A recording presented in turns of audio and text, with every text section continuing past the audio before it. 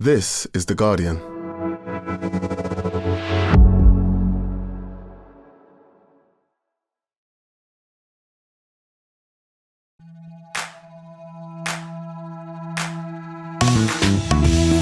Hello, I'm Faye Carruthers and welcome to The Guardian Women's Football Weekly. Are Arsenal back? The misfiring Gunners put on a 5-star display against Brighton. Mark Skinner defends himself after a third successive draw for Manchester United. And Bunny Shaw does Bunny Shaw things in a 4-0 win for Manchester City. We'll focus on the relegation battle, talk fixture clashes, waxworks and goats. Plus we'll take your questions as always. And that's today's Guardian Women's Football Weekly.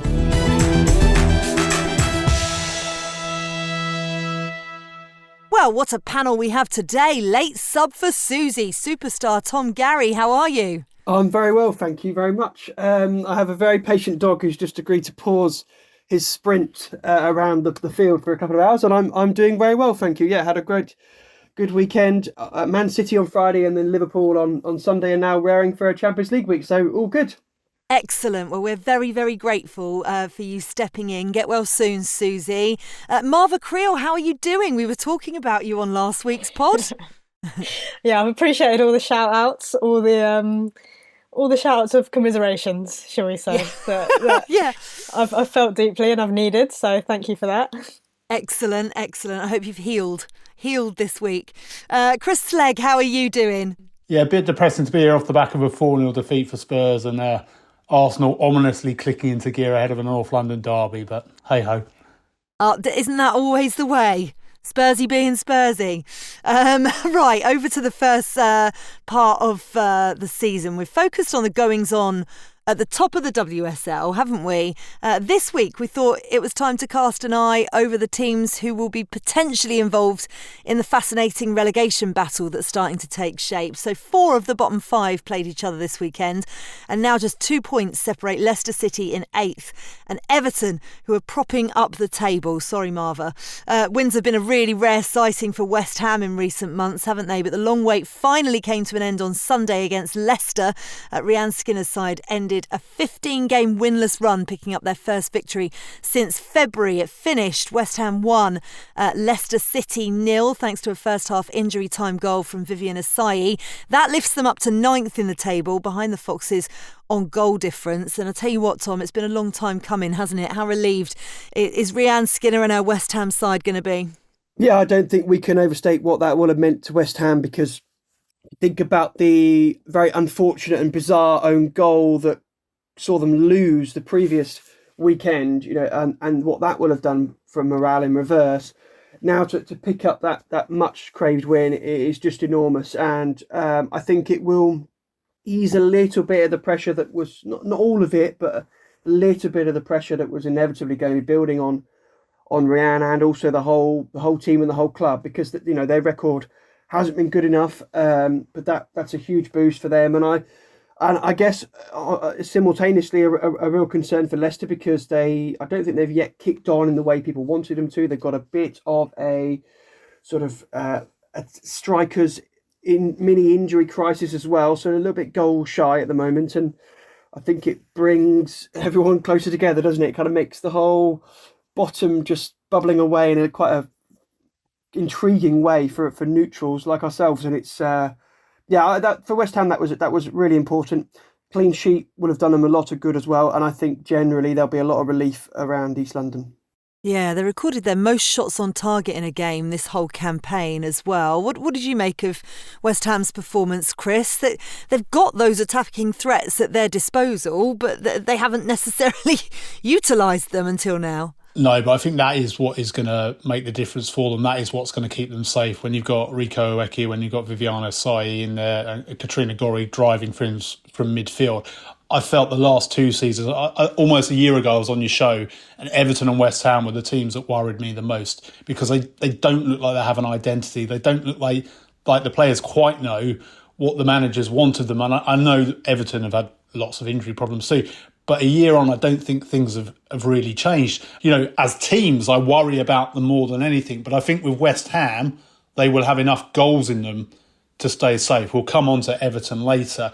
I look at Leicester, I actually think they have an identity more than West Ham do. They've had this mini injury crisis. They're missing Ramtala, who was exceptional last season, their top scorer, and Naomi Mouchon's got an ACL before she's even had a chance to really settle into the WSL. But I think already Amandine Mikel is showing hints of what she's offering there, of what the team are going to take on board. And I hope that they're going to get themselves clear too. But I think West Ham, that quality at the front of the pitch is going to be what's going to keep them in the division again. Yeah, Marva, we covered some of Leicester's problems last week. Tom and Chris have mentioned them there as well. That injury crisis continuing in attack. They've just recorded one shot on target for the second week in a row, which has obviously produced a bit of a response from some of the unhappy fans on social media. Are any fans ever happy on social media? I'd love to know that. What did you make of their performance? Yeah, no, it was similar to what the guys are saying. I mean, it was a few weeks ago, they had Ruby Mace playing up front, and you thought, well, that doesn't seem like a long-term solution. Obviously very talented, but not a number 9. In this game, it kind of just seemed like, I know it's cliche, but that West Ham wanted it more. I thought they were more direct in terms of getting the second ball. They were first to it every time. And for Leicester, I think their identity is often their structure, playing it then through the wings on the counter-attack. But I found that in this game, it was just a bit lacklustre. I think when they were sort of pinned back, they didn't really have the answers for that. And West Ham, I just think I was actually quite impressed with them for sort of one of the first times this season. I thought their intensity was really, really good. And like Chris has said as well, I think aside, if Everton had a player like her, I think we'd be in a much better position. I think she's going to make the difference, and along with a few other creative players that they have. But disappointing from Leicester. I think the only thing with this relegation battle is that kind of week by week, one team picks up a point you don't expect or 3 points you don't expect. And then suddenly it's like, oh, I think they'll be fine. And that other team really needs to worry. And then it kind of switches each week, other than Everton, who haven't picked up 3 points. But I think it's so close that it can change each week. Yeah, I agree with you. And the thing is, I do feel as if the teams that we're talking about in this first half of the pod we're still going to be talking about them come the end of the season in terms of the relegation battle. But, if you're looking for positives for Leicester, they're not conceding many goals, which is good news. Across their first 7 games, they've only let 6 in. They've got the strongest defence in the bottom half of the table as well, which maybe will give Amandine Mikel a little bit of hope that they've got a solid foundation, Tom. Yeah, I still think that my concern with Leicester is I'm not really sure yet how they're playing or how they're trying to play. I thought I knew kind of in pre-season, but the more league games I've seen from them, the more I suppose I'm a little bit worried. They haven't been able to put out the team they want to put out, which is really a key factor.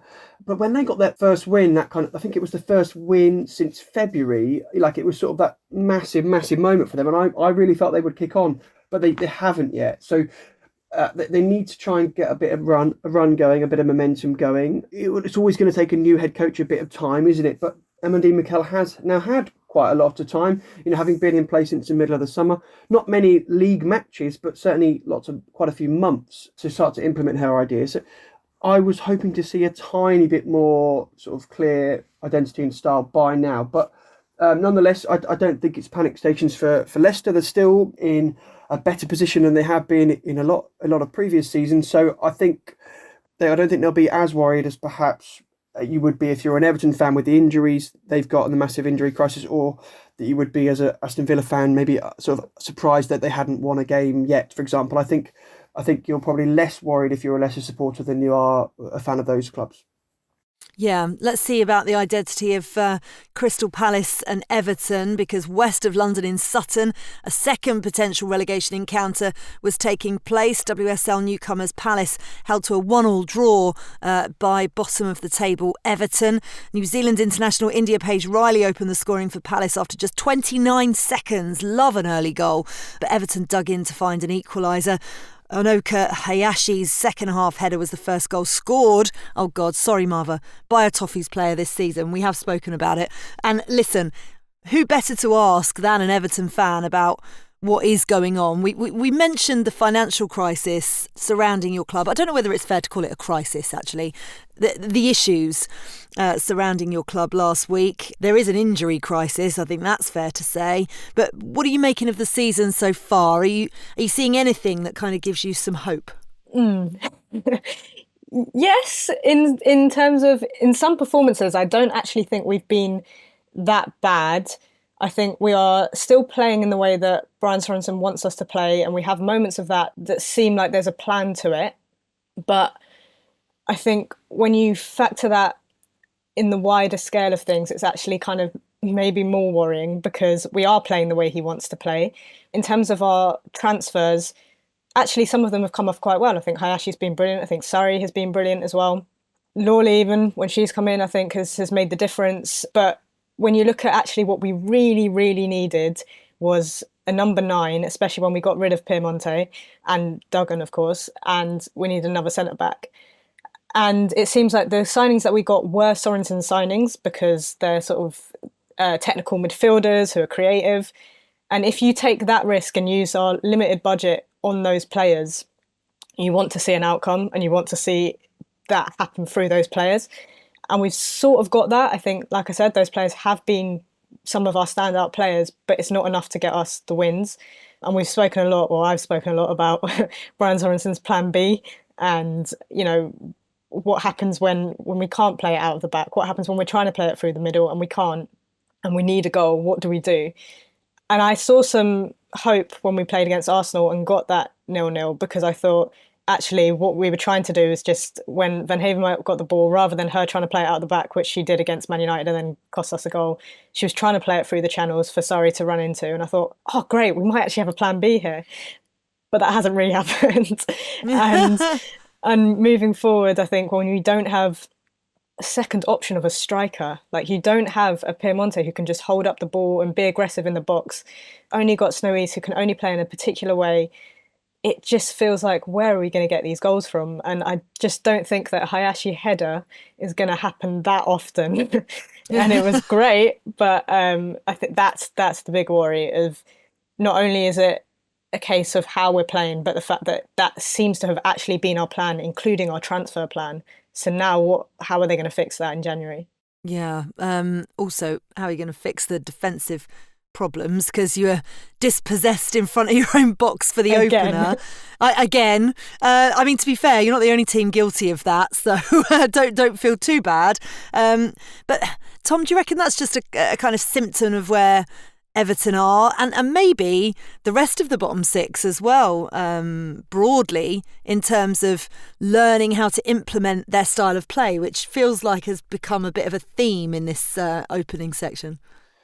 Yeah, possibly. I think just on some of the things that Marva was saying, which I completely understand and agree with. I mean, she's pinpointed the 2 things they need: centre back and a number 9. Absolutely. But I think for Everton, everything really now hinges on the off-field picture. The club are hoping and praying for this takeover to go through. I think if it does, I'm expecting Everton to be very, very busy in January. I think they've got a lot of targets already in mind to solve some of those problems. But what they had to operate on in the summer, as I understand it from the way it's been described to me from various people in and outside of the club as well, they're kind of been operating on a budget that is more akin to, say, 5th or 6th in the Championship rather than a WSL side, just because of the financial constraints. And the way it was certainly repeatedly phrased to me from various people was that, you know, Benison had to be let go to fund all of the incoming. So essentially everyone that came in was purely off the back of that one departure. And hopefully that paints a little bit of a picture of the sort of how few options there were to go and spend money on players. However, that doesn't put aside some of the problems. They should still be creating more goals. They should still be defending better, because there's still, work that can be done with that. But you cannot forget how thin on the ground they were. Was it last weekend when they were forced to play Sarri at left back for the first time against Chelsea? Just it depends how thin on the ground they are. But to go back to your point, Faye, yeah, I mean, I'm looking at the bottom half. I perhaps don't really want to include Tottenham in this, but certainly the bottom 5, and I that for me is a really distinct bottom 5, like we haven't seen in a long time, in that we have a group of teams who are very separate, I think, from the rest of the division. And I would expect them all to stay in a bit of a group. that's credit to Palace for bridging that gap from Championship to that bottom 5 straight away. But I think if you're a fan of any of those 5 teams, you're right in this mix, and the games between each other are going to be absolutely vital, because you would expect that for the vast majority of their games against the so-called big 3 or 4 that they're likely to lose, and therefore the head-to-head games are going to be absolutely essential. I was watching whether or not Chris was bristling as you tried to drag Tottenham into that relegation picture. But Chris, let's talk Palace, because they are 10th. What did you make of them in this game? I mean, it's really difficult this early in the season to predict how they're going to get on, but could those 2 drop points against a rival like that come back to haunt them? Or have they shown you enough fight to avoid the drop? Should they have won it? Yeah, I think they'll be really disappointed to take a lead that early against a team with no confidence, that it's on its knees, Everton, and to not go on and win it and put clear daylight between themselves and the bottom club. I was down at the Crystal Palace training ground in the run-up to the Man City game for a media day, and there's such a buzz around the club. The team spirit is immense, the belief that they have in Laura Kaminsky. And if anything, they've kind of got less pressure on them than the other established clubs. It's almost like a bonus season. If we stay up, that's great. We get a foothold in this division. I sense it could be in the end be between them and Everton, unless, as Tom says, there's that investment in January in Everton. I think that Palace, a bit like Bristol City last year, I got lulled into a sense that they're going to have enough about them. They're fully on page with their manager. And then obviously Bristol City just fell off a cliff after the second half of the season, when the division caught up with them, when the thin squad wasn't enough, and when other teams knew exactly how they were going to play. So for Palace to have got that win at Leicester so early on in the season has just given them real hope, real belief, a real chance. And who have they got coming up next? They've got Aston Villa and West Ham, haven't they? I mean, these two games are absolutely massive for Crystal Palace. If they can at least, remain undefeated in those 2, get another couple of points, keep themselves above those teams. I don't know which way it's going to go with them, but I've loved what I've seen from them so far this early on, and great to see India Page Riley get her first goal in English football. Yeah, let's talk Villa, shall we? With that point, Everton had hoped that they'd done enough to lift themselves off the bottom of the table. Winless Aston Villa were paying a late Sunday visit to Manchester United, but Robert DePauw's side earned themselves a valuable point in a goalless draw at Leeds Sports Village. He kind of reverted to his tried and tested 4-2-3-1 formation, didn't he? No, he didn't kind of. He did revert to it. And his side responded by outpossessing and outcreating their opponents, but they just didn't score, Marva. What did you make of Villa? No, I was really impressed by them. I think questions can be asked about the tactical matchup in terms of midfield, because I think that's Villa's strength, and we know that that's Villa's strength. So for Mark Skinner to choose this game to go more attacking in his midfield felt like a bit of a mistake from him, but I can understand it. But no, I was really impressed by Villa, and we have been all season, really, especially against the bigger clubs when they have played. And I think everyone is a bit shocked that they are where they are, because there is a lot of hope there in the way that they're playing. I thought their structure was brilliant throughout. They should have won it, to be honest. If it wasn't for Gabby George's incredible recovery run, they should have got all 3 points. But really, really, really impressed by them. And I can't see that they won't get 3 points soon. If they continue playing like that, I think the only thing is sometimes with clubs like this is that when you become so sort of structured against the teams that you're not expected to beat, and you put in a defensive performance like they did, where they just kept concentration all the way through, that in itself can be a bit risky, because all it takes is one moment of concentration where you don't. And also, if you don't bring that through to then when you're playing clubs that you're expected to beat, or at least could beat, then you find yourself in a problem where you're either going to be too defensive because it's a team that you should be going out and attacking for, or you kind of lose that structure and forfeit that structure by trying to be more attacking. And I think that's kind of where Villa are finding themselves slightly. But I think, like, if you look at them against Spurs, for example, where they should have won that game, and then a lack of concentration right towards the end. But even in that game, I thought they were the better team. And a lot of the games they've played, they've actually been either the better team or up there, and just haven't got that win. But I can't see that win not coming soon. No, I know what you mean. The attacking players that they've got at their disposal, Tom, they should be turning this possession into goals, shouldn't they?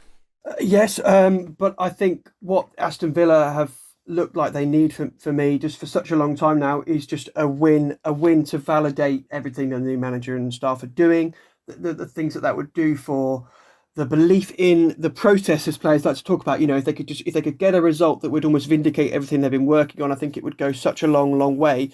And I suppose they have two enormous opportunities to try and change that between now and Christmas at home. They've got Crystal Palace at home and West Ham at home, and those are their two home games in the league before Christmas, sandwiched sort of with a Arsenal away game in the middle of that. But those two home fixtures, Palace and West Ham, will be seen as huge targets for Villa. I think if they pick up a couple of wins there, or even 4 points over those fixtures, things will be looking much healthier by Christmas.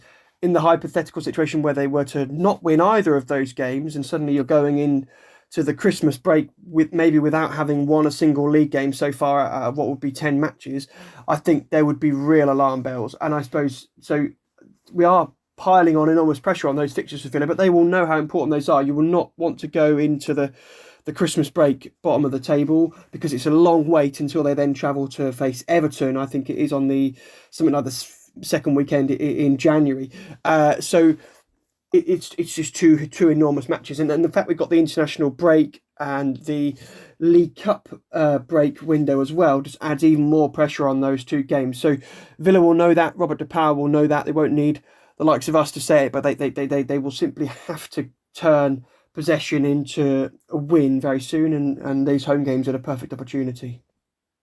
Yeah, exactly as you say, in terms of the relegation picture. The fixtures just don't get easier for any of the bottom five. Merseyside derby for Everton against Liverpool at Anfield next weekend. West Ham travel to Brighton. As you say, Aston Villa host Crystal Palace at Villa Park.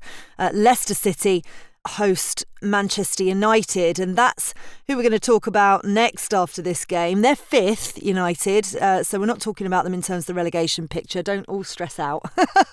But there is frustration among some fans. One shot on target, a third successive draw. Mark Skinner was booed at full time as well, which is becoming a little bit familiar. He responded by saying that's just part and parcel of being Manchester United manager. It doesn't deter me. I mean, they are still unbeaten this season, Chris. Why is there still this much animosity? I really feel for Mark Skinner, I have to say. I know I've spoken out in defence of him on this show before. I think he's a nice bloke and he's a very good coach in one of the biggest football clubs in the world, and the pressure and the profile that brings with it is almost unfair given, where Manchester United have come from in the women's game. I mean, in the last two seasons, he's finished second and got to two FA Cup finals and won one of them. He's unbeaten this season.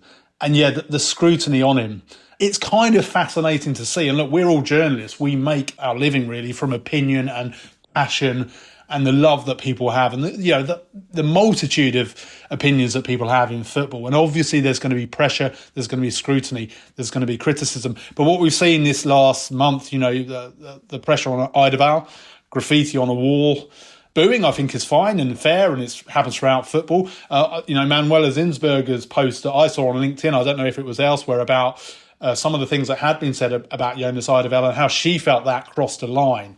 I haven't been to any of Manchester United's games. I don't quite know what is being said or the veracity of it. But obviously, this is a man who's under an awful lot of pressure now, and I feel it's perhaps a little weighted too much towards a negative given the results. They are unbeaten. Yes, they're not setting the world alight. I know there's a lot being said about he shouldn't have called this a new team at the weekend, that he's had a lot of time there. But I think he was just making the point. There are new players there, like all clubs. This is still fairly early on in the season. He's got to start again with a section of new players within that team. Every word is scrutinised, and yeah, we're partly to blame for that as journalists. But I feel for him. I think he's done a pretty decent job at a club which isn't. It's not traditionally part of the women's football elite. Yes, it's part of the football elite from the men's side of the games, but they've had to come up and make a lot of ground in a very short space of time. And I think actually he took them ahead of schedule in the season before last. And if anything, that's put more pressure on him. Yeah, and you mentioned that comment. It has been picked up on by the Manchester United fans. This is a question that we've had in on X. MUWFC Tooney asked us, can Mark Skinner still get away with calling United a brand new team? He's been in the job for 4 years. These are largely his players now and have been for multiple seasons. Tom, they also say, meanwhile, there's still no identity or style of play in this team. Fair comment? I think one of the really big problems that Mark Skinner has, which I don't know how it's going to be able to solve, is I think he has a bit of a communication problem between the things he says and the things the fans want to hear. There's been a real discourse between those two things. The fans are frequently picking up on every word that Skinner says, and he never quite seems to say the things that the fans want to hear, and that's got to be a problem for him in the long run, because I unless that changes, I don't really see how he'll ever win the fans back.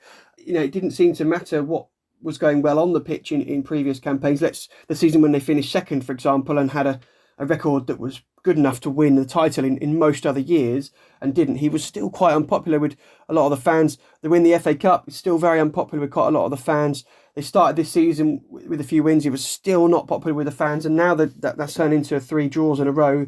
That unpopularity has increased again. And I haven't seen any suggestions or signs that he's going to win the fans back over very quickly. So even if he were to turn things this season into a really, really positive campaign, let's say another trophy, let's say maybe finishing in the top 3, I'm still not envisaging a situation next summer where the fans love Mark Skinner.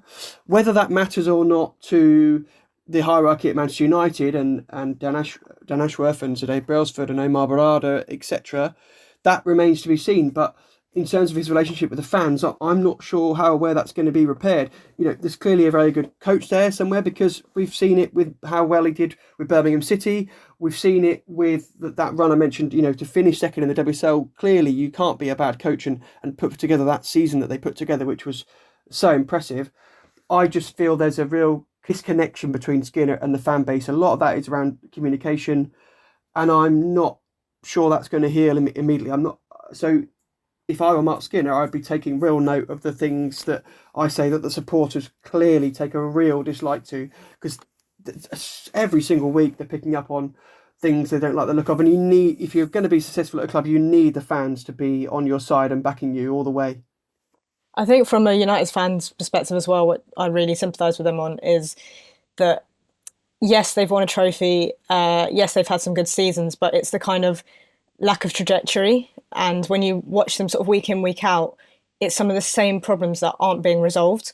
And I think last season there was a lot of, at least from journalists, maybe not so much Man United fans, but there was kind of leeway in the fact that, all right, Russo's gone, Bacho's gone, that's 2 very key players to your team, and how do you replace them? And then they sort of brought in these strikers and attackers that weren't a perfect fit for Russo. It was kind of completely different. And so you thought, okay, that's going to be difficult that's going to take a bit of time to mend. But now you're into, his 4th season, and that front 3 looks more disjointed than last season.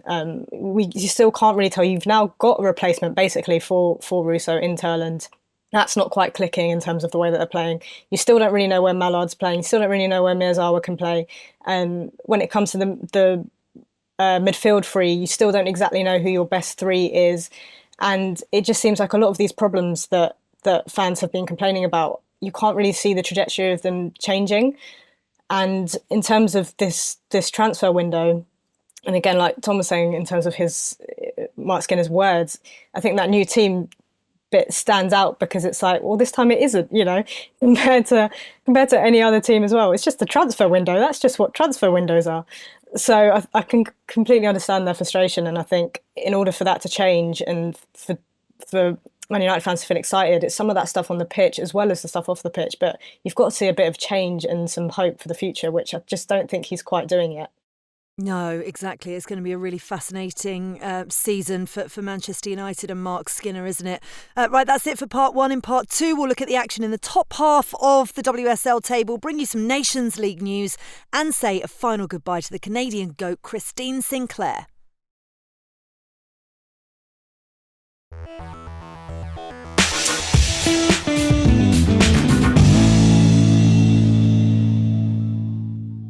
Welcome back to part 2 of the Guardian Women's Football Weekly. Before we get stuck into the rest of the WSL fixtures from the weekend, let's discuss some of the frustrating news coming out of Arsenal last week after a clash with fixtures at the Emirates.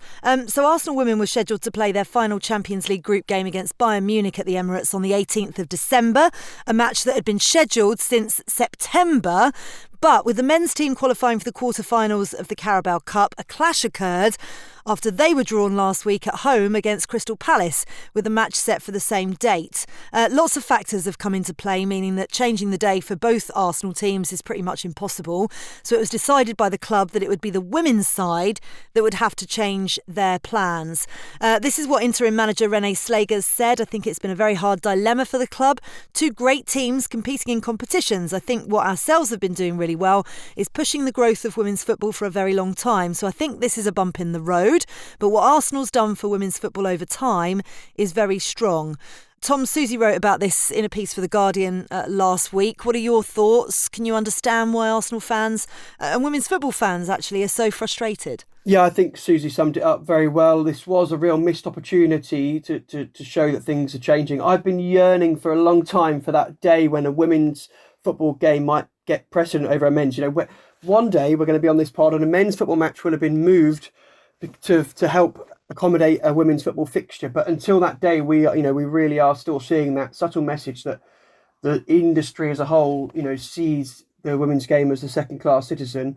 I think in this particular instance, I have a lot of sympathy for Arsenal, who essentially are the victims of, in this case, of trying to put the women's team in the Emirates as much as possible, which we all admire. So I think this is just a byproduct. But the more and more ground sharing that we have, the more and more this problem is going to crop up, even later on this season. I think wouldn't it have been so refreshing if all the football authorities had come together and say, this match has been in the diary for a long time for the women's team. Tickets have been sold here for the Emirates. It's a huge women's game. It's really close in the calendar.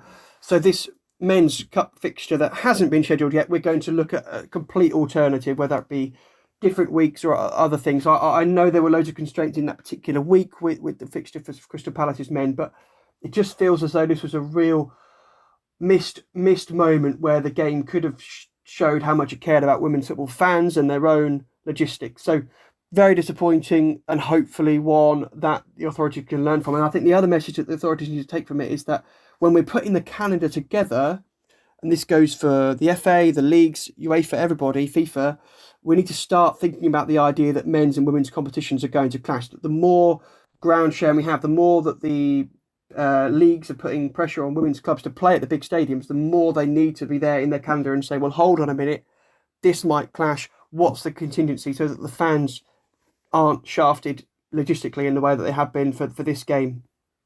Yeah, absolutely. Nodding heads across the pod for sure. Let's focus on the game. Arsenal hosted Brighton under the Emirates lights on Friday, looking to close the gap on the Seagulls in third, which I don't think any of us expected we'd be saying at this point in the season. It was a 5-star display from the Gunners. They dismantled Dario Vidosic's side. It finished Arsenal 5, Brighton 0, thanks to goals from 5 different goal scorers: Beth Mead, Caitlin Ford, Frida Marnham, Lena Hurtig and Alessia Russo. They kind of needed that, Marva, didn't they? The performance and the result.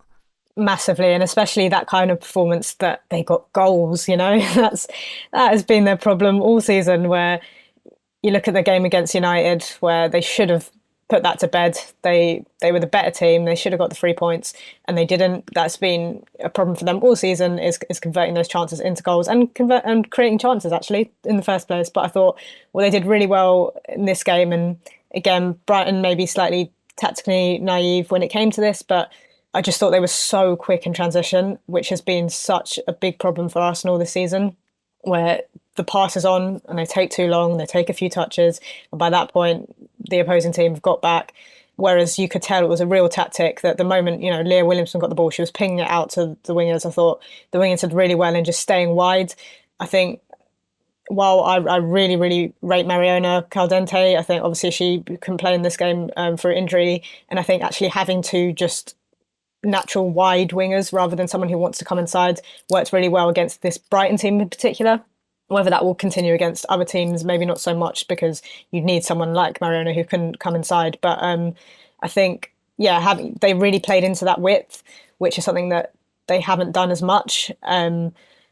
Again, Beth Mead, though, scoring from that position as a defender, surely you know what Beth Mead is going to do when she's there.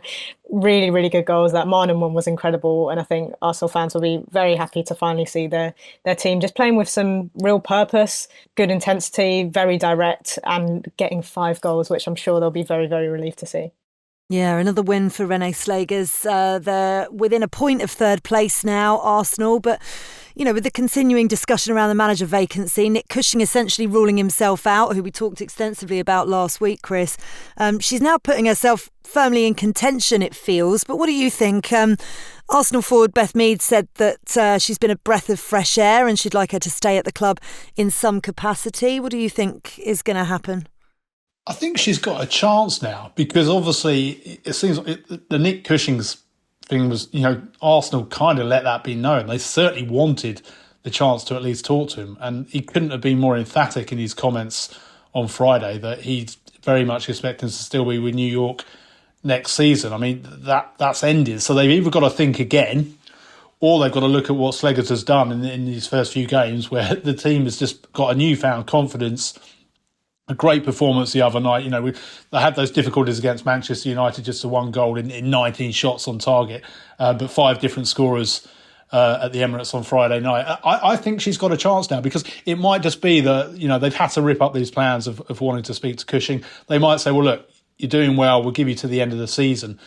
Maybe not. You've got to think that there might be other candidates in the NWSL, the playoffs now coming to the semi-final stage. It might be that there's someone else there that they're going to want to talk to now. But she's certainly done herself no harm, has she, with this string of results since taking over from Idaval. So I would say she's got a chance now of being a candidate for the job full time. Yeah. What went wrong for Brighton, do you think, Marva? You called them naive earlier on. They've really caught the eye this season, but they looked really disjointed, particularly in the first half. Yeah, and I think it has been a slight problem for them all season, is their sort of out of possession shape and what they plan to do. I think when you saw them against Man City, it was, while they played really well and I thought they were impressive in terms of in possession and gave Man City a good game, there were a lot of moments where you just thought Man City should have done better there and exploited that space in behind, and that's exactly what Arsenal did. That might be a slight worry for Brighton, just because if other teams sort of clock onto that and sort of know how to exploit that, and just obviously when they're playing with 3 at the back, there's a lot of space in behind. But these aren't really the games that you're going to expect Brighton to win, and I think Brighton fans still have a lot to look forward to. They're still, even in this game in a 5-0, I still thought some of their passing was really impressive to watch. I thought they created some decent chances, got into decent positions. They just, I think, going 3-0 down so early on, that kind of put the game to bed. But there's still a lot of hope for them, and if they play like how they have been playing against the teams around them, then they could still finish so high up the table. But I think, against some of these better teams, they just have to revert to a slight plan B in just not having their fullbacks be all the way up the pitch on the counter. Yeah, I'm enjoying watching them though this season. They're fun, aren't they? They're fun for the neutral. Shout out to Lena Hurtig, by the way. Really special moment for her. Her first goal in almost a year after just 4 minutes on the pitch, which is brilliant. Right, Manchester City hosted Tottenham in their first of 3 scheduled Barclays WSL matches at the Etihad this season. Gareth Taylor's side produced another dominant display to maintain their place at the top of the table. It finished Manchester City 4, Tottenham 0, thanks to a hat-trick. Yes, another one from Bunny Shaw and a goal from Jill Roord as well. I tell you what, Tom, Tottenham must be sick of the sight of Bunny Shaw. That was her 3rd hat-trick against them since Robert Villaham took over. It was her 6th in the WSL, sending her above Vivian Miedemar in the record books. She's pretty much undefendable, isn't she, at the minute? Yes, Bunny Shaw, the first player to score 3 hat-tricks against the same WSL opponent, and Spurs just couldn't live with her at all. But a lot has been written about Bunny Shaw's performance there. I want to throw praise at Lauren Hemp, the other hat-trick, the hat-trick of assists.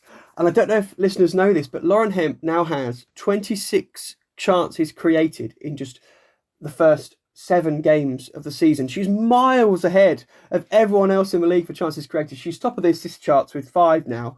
But just that chances created, that's in terms of per game, she's essentially setting up her fellow teammates with chances to thrash every opponent in every game. And I think we chatted on a previous pod about Johanna Rytting-Kaneryd maybe being the best winger in the league, which I know our Swedish football editor Marcus would love to be the case, but it has to be Lauren Hemp. Surely Hempo is the league's best winger right now. I think her stats are incredible, and she's creating more than 4 chances per 90 minutes, which is, you cannot ask for more from a winger. And I thought that as good as Shaw was, Hemp was virtually unplayable on Friday night. It was just a joy to watch. They were too good for. The less we say about Tottenham's defending, the better. Goodness me, it was awful at times. But Hemp, Shaw, and also for Gino as well, I thought was excellent. Just all round City, very entertaining to watch going forward. Great stuff. Yep, they certainly were. Difficult for Chris to listen to all of that. We'll talk Spurs in a minute, but firstly, Marva, a big week ahead for Manchester City. They host Hammarby in the Champions League before they travel to London for a fascinating top-of-the-table clash with Chelsea on Saturday. Was this the perfect preparation for them? I don't know about preparation, because I think the challenge they're going to get against Chelsea is slightly different to the one that they had against Spurs. No offence to Spurs. Actually, yeah, some offence to Spurs. I think the defending they came up against is not what we're going to see at Chelsea. So in that sense, no. But in terms of their own performance, I was so impressed with City in this game. And all season, actually, I think they've really been grown into it. They got very good results at the beginning of the season anyway, but it felt like some of their performances were still kind of figuring out their best balance of midfield and their wingers as well, which they're still somewhat doing. But I think it seemed to really click against Spurs in this game.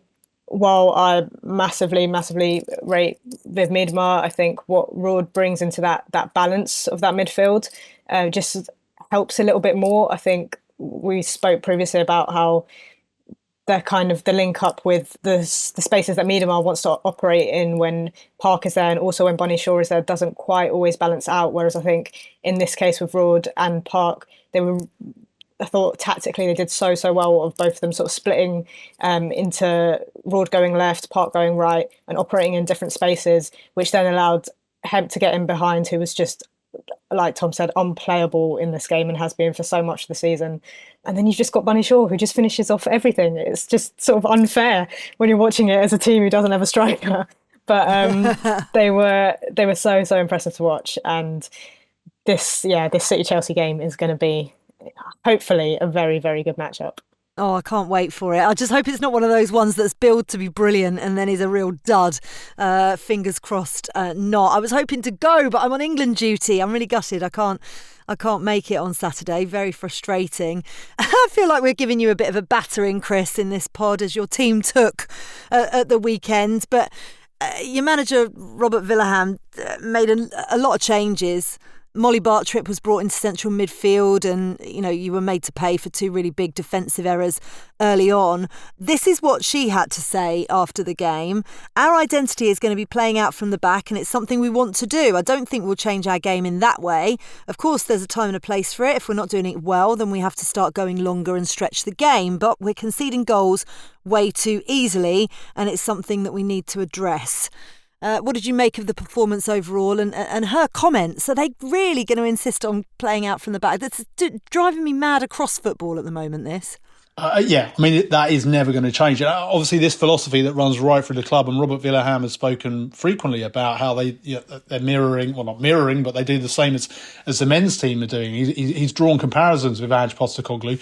This was a nightmare for Tottenham fans of both the women's and men's teams, and we are seeing the problems of this philosophy. Now, whether it's right or wrong, fans will have their differing opinions on that. When it comes to the women's team, the real concerns over the defence. We've conceded more than anyone else in the WSL. 18 goals we've conceded. I think going into the game, the stat was that we'd conceded more goals from corners than any other team, and twice as many goals from set pieces as any other team. And then we go and ship 4, and we let City get off to a perfect start within 25 seconds.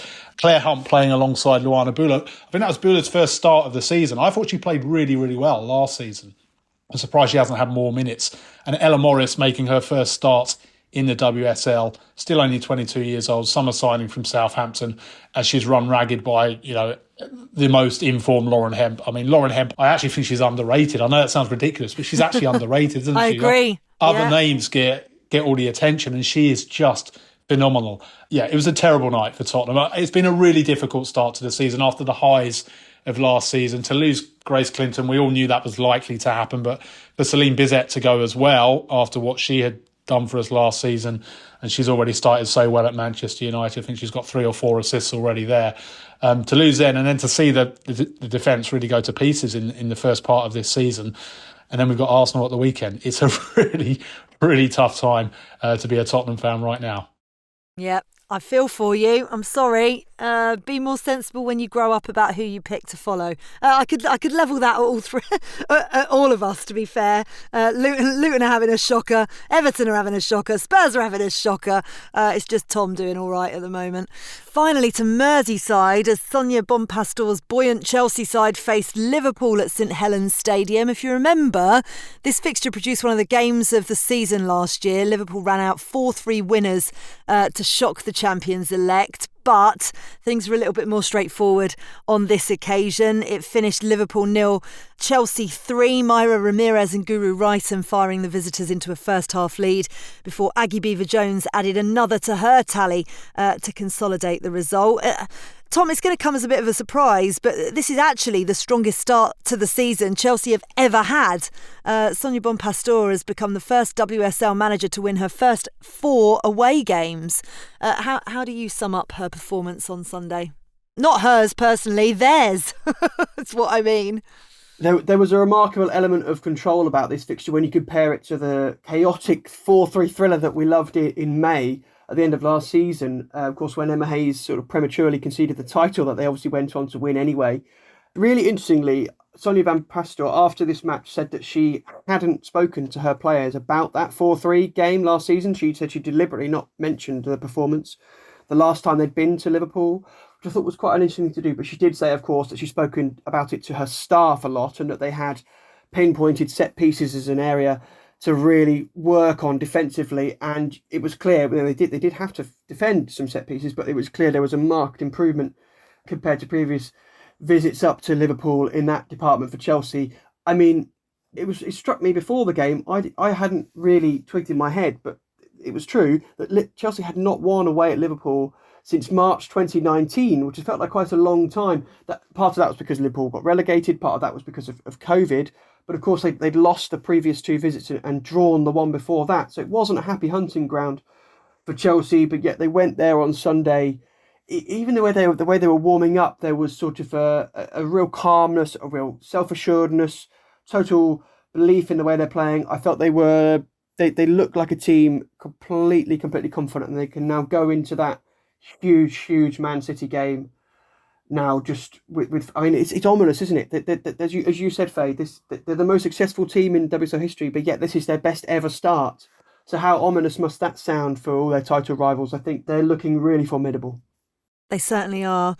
Matt Beard pointed to the fact that Liverpool are light on numbers and they need to be a little bit more clinical. What learnings are they going to take, Marva, from this game? I think the learnings is that, the first period of the game, they weren't bad at all. I thought Olivia Smith did really well. They seemed in good shape in terms of defensively. It was just, like we've said about quite a few teams this pod, lack of concentration, silly mistakes. And when you're playing a team like Chelsea, you just cannot afford to do that, especially if you're playing a high line. You need to be on it at all moments. And when you're playing with a line that you then need everyone to be exactly on it and, not make any mistakes. And you had a few players stepping out at the wrong time, and Chelsea will punish you when it comes to that. And when it came to the second ball as well, you look at Myra Ramirez's goal. No one's around her. You look at Aggie Beever-Jones's goal, no one's around her.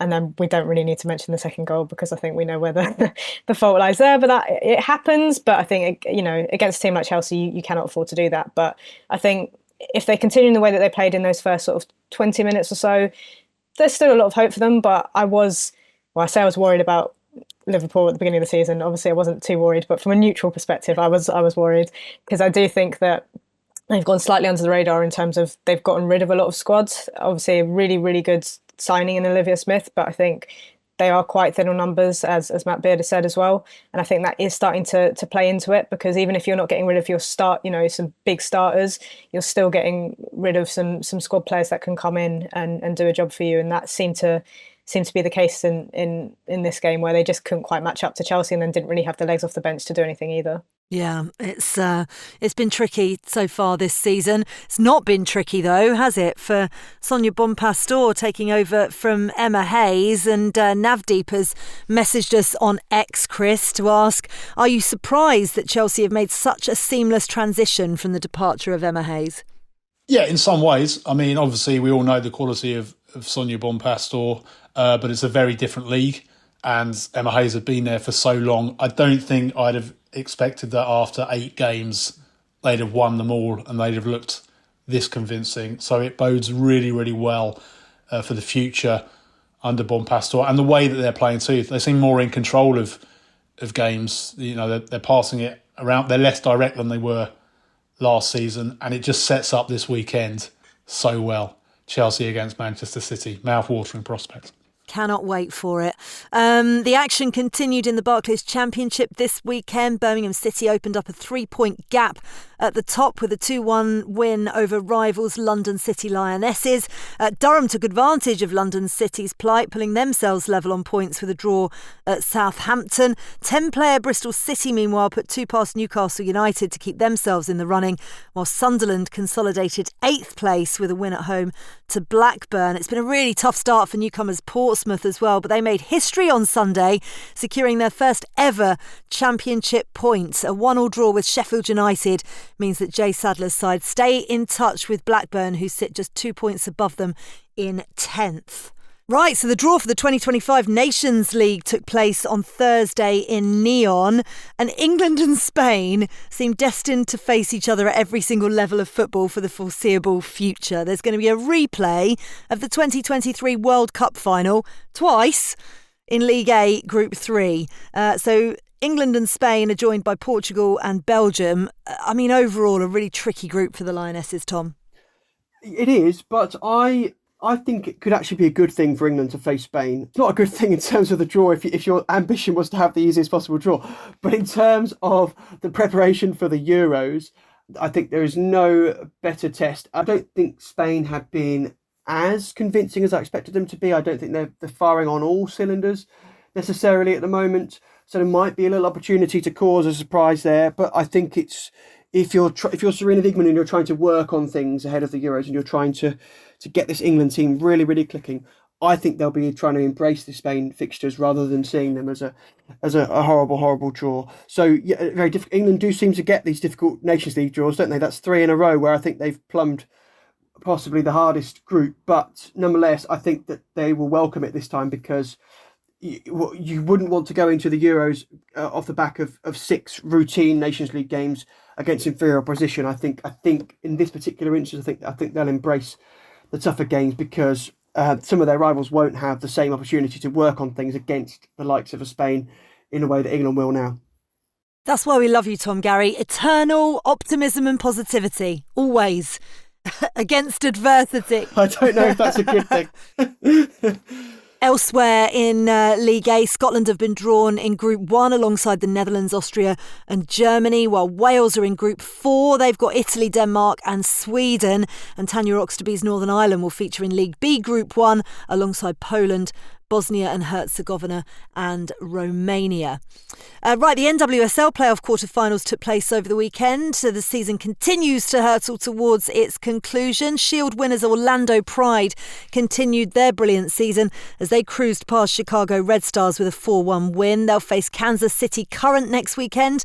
They came through a close tie with North Carolina Courage thanks to a goal from Temwa Chawinga. Meanwhile, a 96th minute winner from Washington Spirit's Caprice Didasco saw Michelle Kang's side edge past Bay FC. They set up a semi-final encounter with Portland Thorns. It was a result that meant that the final curtain came down on the career of Christine Sinclair, who we've mentioned a few times on the pod. The 41-year-old finally hangs up her boots after a stellar career at the top of the game. She leaves Portland Thorns as their all-time top goal scorer with 3 NWSL championships and 2 NWSL shields. Add that to her impact on the international scene, where she continues to be the all-round, all-time top goal scorer and has an Olympic gold medal to her name. Marva, how do you even sum up her impact on the sport? You can't. How do you? No, she's been incredible, and we spoke about her when she retired from international football. But for this to be the last game, I just have so much respect for players of that generation, because not only have they just brought in so much to the game, not only have they had to fight so much, but to still be playing at that age, to still be playing against this new generation who have come up with a world away in terms of nutrition, in terms of facilities, in terms of training, and to still be able to go up against them as she has been for the last, her whole career, but particularly in these sort of last 5 years when people thought she might retire a bit earlier. And what she's done with Canada, obviously, is just incredible. So it's sad to see this generation of heroes now starting to retire, but what a place they've left the game in. Yep, absolutely. What a place that Mary Earps is leaving the game in as well. She's made history, becoming the first female professional footballer to be honoured with a waxwork at Madame Two Swords. I love stuff like this, Chris. It's just brilliant. It's what the game's all about. My first and only trip ever to Madame Two Swords was just after the 1990 World Cup, and Peter Shilton was the big unveiling there. Legend! And I would never have imagined then that, what are we now, over 30 years on, there would be the England women's goalkeeper in Madame Two Swords. Yeah, I mean, Madame Two Swords isn't really my cup of tea, I have to admit, but, it shows the cultural growth of the women's game, and an absolute idol, an absolute legend, and, what she did as well to make sure that her shirts went on sale. She has made herself, she is a household name, but she's made sure that we're all going to be aware of this new generations, and talking about Christine Sinclair and what she has achieved as that generation bows out. It is really emotional because of what they all missed out on. So it's great that this future generation is not going to be denied those opportunities. You are absolutely spot on, and I love the fact that goalkeepers are being recognised rather than it always just being strikers. Too right. Absolutely. Right, it's been a pleasure as always. Keep the Tottenham faith, Chris. I'm trying to keep the faith. Keep the Everton faith, Marva. It's still going. I've had a lot of years of experience. Tom always keeps the faith. Thank you, superstar, super sub. Take care. Lovely to see you all. Right, keep having your say by sending in your questions via X or emailing us at womensfootballweekly@theguardian.com. And as ever, a reminder to sign up for our bi-weekly women's football newsletter. All you need to do is search Moving the Goalposts sign up. The Guardian Women's Football Weekly is produced by Sophie Downey and Silas Gray. Music composition was by Laura Iredale. Our executive producer is Sal Ahmet.